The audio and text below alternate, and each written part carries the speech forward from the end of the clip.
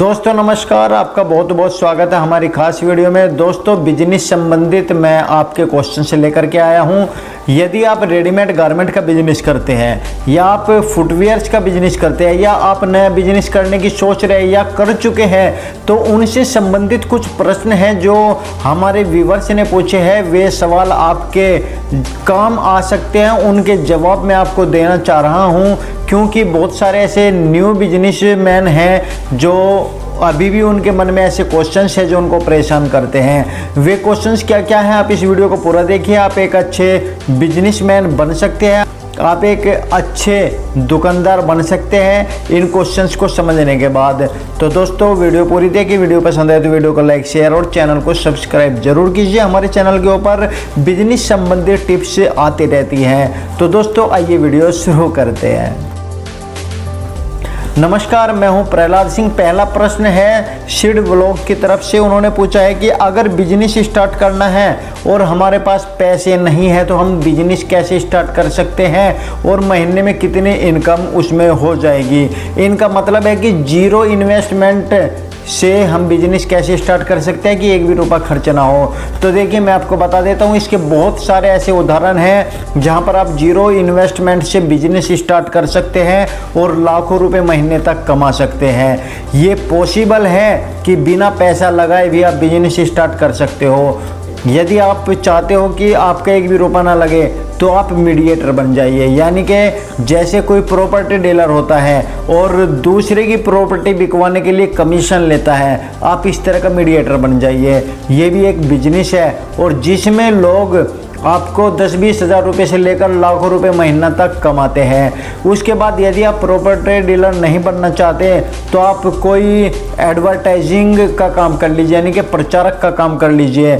आप अपना एक नया बिजनेस स्टार्ट कर सकते हैं और उसमें जो आप लोकल एरियाज़ के जो दुकानदार हैं उनका प्रचार कर सकते हैं। इस तरह का बिजनेस भी स्टार्ट कर सकते हैं। इसमें आपका कोई पैसा नहीं लगेगा, जो भी पैसा लगेगा वो दुकानदारों का लगेगा, बस उसमें से आपको अपना मार्जिन निकालना है।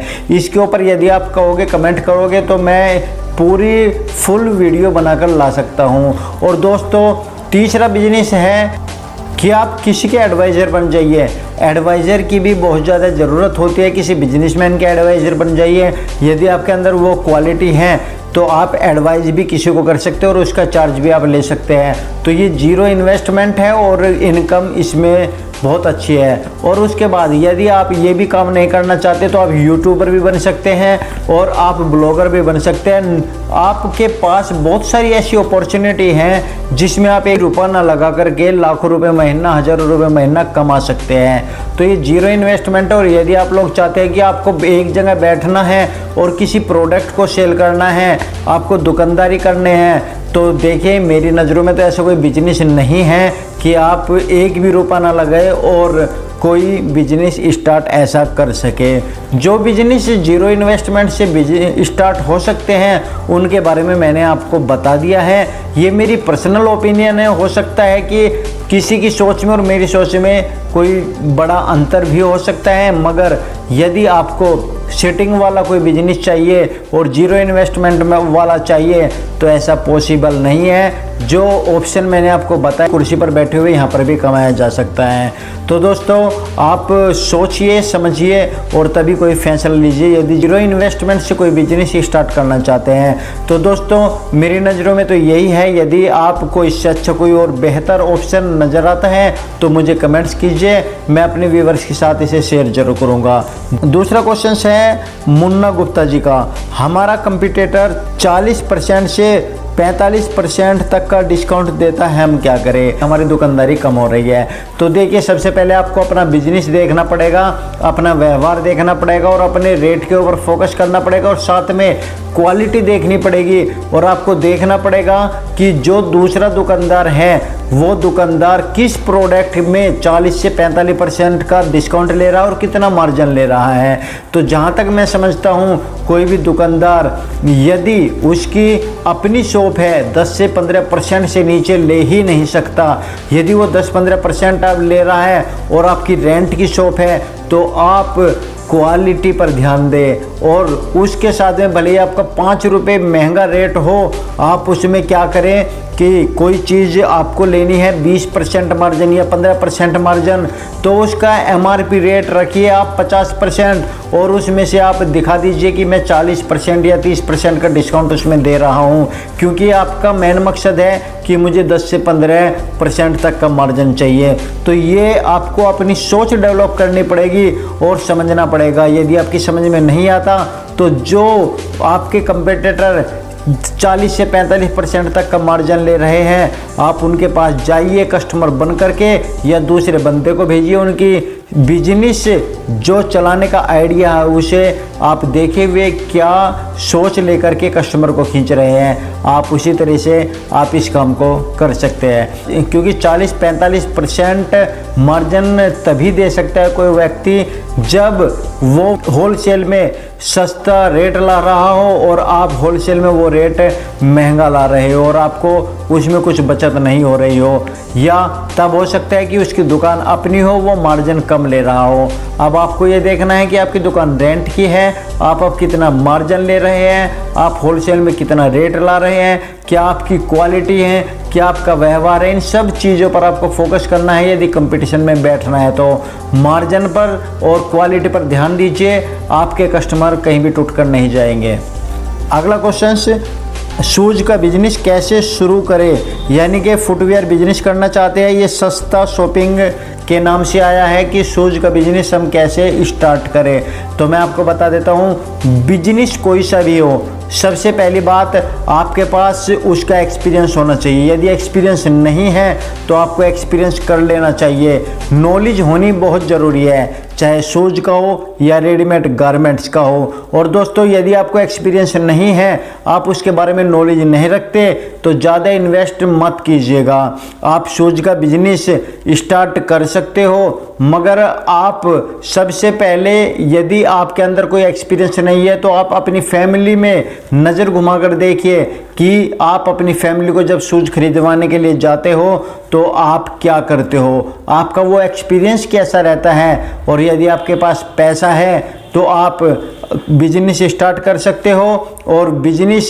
जब भी कोई स्टार्ट किया जाता है तो नंबर 0 से लेकर स्टार्ट किया जाता है। यदि आप स्टार्टिंग में ही ऊंचे लेवल पर जाने की कोशिश करोगे तो मार खा जाओगे। सबसे पहले बात है कि बिजनेस स्टार्ट करने के लिए आपके पास नॉलेज होनी चाहिए और आपके पास अच्छा खासा पैसा होना चाहिए, तभी आप बिजनेस में सफल हो पाते हो। अगला सवाल है प्रवीण सैनी जी का। इन्होंने पूछा कि लेडीज सूट की शॉप कैसे और कितने पैसे में स्टार्ट हो सकती है। तो मैं आपको बता देता हूँ कि लेडीज सूट की आप स्पेशल शॉप करना चाहते हो तो देखिए 10,000 रुपये से भी शुरू कर सकते हो। और यदि आप दुकान खोलना चाहते हो, दुकान के अंदर माल रखना चाहते हो, तो 50,000 रुपये से भी आप स्टार्ट कर सकते हो। ये आपके ऊपर डिपेंड करता है कि आपकी दुकान किस मार्केट में है, या आपकी दुकान कॉलोनी में है या आउट ऑफ मार्केट है, या आप किस तरह के कस्टमर को टारगेट कर रहे हैं। दुकान की स्टार्टिंग या बिजनेस स्टार्ट करना है लेडीज सूट में तो आप 10,000 रुपये से भी स्टार्ट कर सकते हो और 1,000 रुपये से भी स्टार्ट कर सकते हो। इसकी कोई सीमा नहीं है। बस बिजनेस स्टार्ट करने के लिए आपका विश्वास और आपकी स्किल्स और आपका पैसा, आपका अनुभव और आपकी मार्केटिंग डिपेंड करती है। आप 1,000 रुपये से शुरू करके लाखों रुपए तक का बिजनेस ले जा सकते हो। स्टार्ट करने के लिए आपको हिम्मत दिखानी पड़ेगी। चाहे आप कोई बिजनेस करने के लिए 1,000 रुपये का माल ले आए, अपने मोहल्ले पड़ोस में बेच दे, यदि वो माल बिक जाता है तो उससे एक्सपीरियंस ले, माल बढ़ाए और फिर आप उसको आगे आगे बढ़ते चले जाए। तो आप लेडीज सूट का बिजनेस कर सकते हो। इसमें खास बात ध्यान रखिए कि लेडीज में जो फैशन है बहुत जल्दी बदलता है। फैशन को आपको टारगेट करना पड़ेगा और प्राइस पर ध्यान देना पड़ेगा। बार्गिंग की बहुत ज़्यादा आवश्यकता होती है लेडीज में, क्योंकि लेडीज को इतने बार्गिंग नहीं करती, इतने कोई भी कस्टमर संतुष्ट नहीं हो पाता। इसीलिए लेडीज में खासतौर पे बार्गिंग का, रेट का आपको ध्यान रखना पड़ेगा और पहले ही मन बना लेना पड़ेगा कि आपको मार्जिन कितना लेना है। तो दोस्तों, फैशन का और रेट का खासतौर पर ध्यान रखना पड़ता है लेडीज गारमेंट्स के आइटम रखने के लिए। अगला क्वेश्चन के ने पूछा है कि सर गारमेंट्स और फुटवेयर्स में कौन सा बिजनेस अच्छा है। तो मैं आपको बता देता हूं कि गारमेंट्स का बिजनेस हो या फुटवेयर्स का बिजनेस हो, जिसका जो बिजनेस चल जाता है वो ही अच्छा है। यदि मैं आपको बता देता हूं कि फुटवेयर का बिजनेस अच्छा है तो गारमेंट्स वाले कहेंगे कि हमने तो फुटवेयर्स का बिजनेस बंद करके गारमेंट्स का स्टार्ट किया है, आप गलत बता रहे हो। यदि मैं रेडीमेड गारमेंट्स का बिजनेस अच्छा बता देता हूं तो फुटवेयर वाले कहेंगे कि रेडीमेड गारमेंट्स का बिजनेस तो हमने बंद करके स्टार्ट किया है, फुटवेयर्स पे आए हैं, उसका बिजनेस अच्छा है। तो ये डिपेंड करता है कि आपको नॉलेज किसकी है। जब भी कोई आप बिजनेस स्टार्ट करें तो वो स्टार्ट करें जिसमें आपकी नॉलेज हो, जिसमें आपकी रुचि हो, या जिस तरह के कस्टमर आप टारगेट कर रहे हो उसमें आप डील करें, उसी बिजनेस को आप स्टार्ट करें। और दोस्तों यदि आप फिर भी इस बात से संतुष्ट नहीं हैं कि रेडीमेड गारमेंट और शूज के बिजनेस में कौन सा बेहतर है, किस में अच्छा मार्जिन होता है, तो देखिए दोनों बिजनेस में 20% से लेके 50-60%, 70-70% तक का मार्जिन होता है। डिपेंड है आपके व्यवहार के ऊपर, आपकी शॉप किस मार्केट में है, आपकी शॉप किस लोकेशन पर है और आपका रेट क्या है, ये सब कुछ डिपेंड करता है। आपकी क्वालिटी भी डिपेंड करती है कि आप कितना मार्जिन किससे ले रहे हो। सबसे बड़ी चीज़ है व्यवहार, रेट और क्वालिटी। आप इन पर फोकस करोगे तो फुटवेयर का बिजनेस हो या रेडीमेड गारमेंट का बिजनेस हो, दोनों ही बिजनेस बेस्ट है। मोहम्मद आजम जी ने पूछा है कि सर बच्चे के गारमेंट्स और बच्चे के शूज़ यदि हमें स्टार्ट करना हो तो कितने रुपए से स्टार्ट हो जाएगा। तो देखिए सर रुपए से स्टार्ट हो जाएगा, इसकी कोई लिमिट तो नहीं है, मगर यदि आप स्टार्टिंग ही करना चाहते हैं तो आप दोनों बिजनेस को यदि लगा लेते हैं तो हमें 1 लाख रुपए से आपका स्टार्ट हो जाएगा। 1 लाख रुपए यदि आप इन्वेस्ट कर सकते हैं तो आपका दोनों का स्टार्ट हो जाएगा। मगर मैं फिर भी कहता हूं कि सबसे पहले यदि आपके पास पैसा कम है तो किसी एक बिजनेस में ट्राई कीजिए। यदि आपके पास पैसा उसका बैक कवर करने के लिए है तो आप दोनों बिजनेस में ट्राई कर सकते हैं। ये अच्छी बात है कि आपने क्वेश्चन पूछा कि बच्चों का गारमेंट्स और बच्चों का ही शूज। यदि आप बच्चों का गारमेंट्स और बड़ों का शूज पूछते हैं तो ये क्वेश्चन सही नहीं होता। ये एक बिजनेसमैन की पहचान होती है कि सबसे पहला पॉइंट यही होता है कि किसी एक फील्ड में सक्सेस हो जाए। आपने बच्चों पर फोकस किया है तो आप सक्सेस हो सकते हैं। बच्चों का गारमेंट्स और बच्चों का शूज रखने में कोई दिक्कत नहीं है। तो ये एक अच्छा ऑप्शन है कि बच्चों का सभी क्वालिटी और बच्चों का सभी क्वांटिटी और बच्चों के सभी आइटम यदि आप एक जगह रख लेते हो तो स्पेशल ग्राहक टारगेट हो जाते हैं फैमिली वाले, वे लोग जिनके पास परिवार में बच्चे हैं, तो वे आप लोगों के पास टारगेट हो जाते हैं और स्पेशली आप लोगों के पास आते हैं। यदि आपका रेट अच्छा है, भले ही आउट ऑफ मार्केट में आपकी दुकान हो, तो आपकी दुकानदारी बहुत अच्छी हो जाएगी और आपका बिजनेस आगे बढ़ेगा। फिर उसके बाद आप फैमिली वेयर्स में कुछ भी रख सकते हो। एडवोकेट LLM ने पूछा है कि सर यदि हमारे पास रेडीमेड गारमेंट की शॉप है और शूज की शॉप भी है और सेम कस्टमर रेडीमेड गारमेंट्स में आते हैं और सेम कस्टमर शूज वाले बिजनेस में आते हैं तो मार्जिन किस में जाता है। तो देखिए मैंने अभी पीछे आपको क्वेश्चन में जवाब दिया है कि ये आपके ऊपर डिपेंड करता है कि आप कस्टमर को किस तरह डील कर रहे हो। शूज में भी अच्छा मार्जिन है और रेडीमेड गारमेंट में भी अच्छा मार्जिन है। डिपेंड केवल आपकी क्वालिटी, आपके रेट और आपके व्यवहार के ऊपर डिपेंड करता है कि आप उससे कितना मार्जिन ले रहे हो। लेके 15% से आप 60-70% तक मार्जिन ले सकते हो, दोनों में अच्छा बेनिफिट है। यदि हम रेडीमेड गारमेंट और शूज की स्पेशल बात करें तो मैं आपको कहता हूं जिसमें आपको नॉलेज हो या जिसमें आप इंटरेस्ट रखते हो आप उसी का बिजनेस करें। यदि आप दोनों में इंटरेस्ट रखते हो तो आप दोनों का बिजनेस कर लीजिए। आपके पास इतना पैसा होना चाहिए कि आप दोनों को कवर कर सकें। अजीत कुमार जी का सवाल है कि सर मेरी दुकान मार्केट के आउटसाइड में है, यदि मैं अपनी दुकान में पर पीस 50 रुपये इनकम के लूँ तो क्या मैं सफल हो पाऊंगा। तो देखिए यदि आपकी दुकान आउटसाइड है, आपका बिजनेस कोई सा भी है, डिपेंड करता है 50 रुपये डिपेंड नहीं करता, डिपेंड करता है कि आप कितने % ले रहे हो, आपका व्यवहार क्या है और आप का क्वालिटी क्या है उस प्रोडक्ट की। अब आप कहने लगे कि आपके पास कोई चीज़ 20 रुपए की आ रही है, आप उसके ऊपर 50 रुपए का मार्जिन ले रहे हो तो वो गलत है। आप ये देखिए कि 50 रुपये आपको किस प्रोडक्ट के ऊपर लेने हैं। 50 रुपये का मतलब परसेंटेज से भी जोड़ना आपको पड़ेगा कि आपका 20% परसेंटेज बढ़ रही है 50 रुपये की या 500 रुपये पे आप 50 रुपये लेना चाहते हो या 50 रुपये पे आप 50 रुपये लेना चाहते हो, तो ये आपके ऊपर डिपेंड है। 50 रुपये कोई ऑप्शन नहीं है, आपको एक टारगेट करना पड़ेगा कि मुझे इतने परसेंट लेना है, क्योंकि कोई 100 रुपये की आपके पास प्रोडक्ट आ रहा है तो आप 100 रुपये पे 50 रुपये लोगे तो यानी कि 50% का मार्जिन हो गया, और यदि आप 100 रुपये पे 20 रुपये लोगे तो 20% का मार्जिन हो गया। अब आप 500 रुपये की बात करें, 500 रुपये पर 50 रुपये लोगे तो आप देख सकते हो कि 10% का आपका मार्जिन हो गया, और यदि आप 500 रुपये पर 20% का मार्जिन लोगे तो 100 रुपये का मार्जिन हो गया। इसलिए आप 50 रुपये को भूल जाइए, परसेंटेज पर फोकस कीजिए, क्वालिटी पर फोकस कीजिए और व्यवहार पर फोकस कीजिए। यदि आपने वैरायटी पूरी दे दी, क्वालिटी और प्राइस अच्छा दे दिया तो आपकी दुकानदारी चल जाएगी और आप सफल बिजनेसमैन बन जाओगे।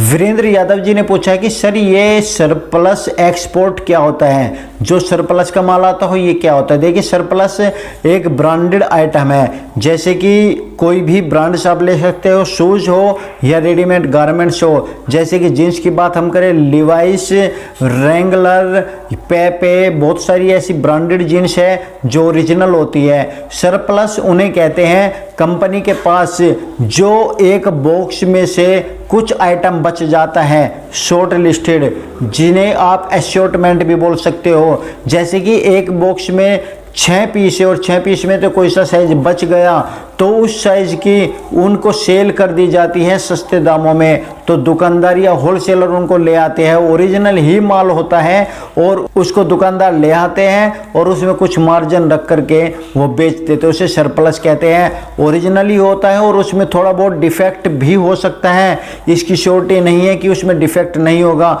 मगर बहुत कम ऐसा होता है कि सरप्लस में डिफेक्ट निकलता है।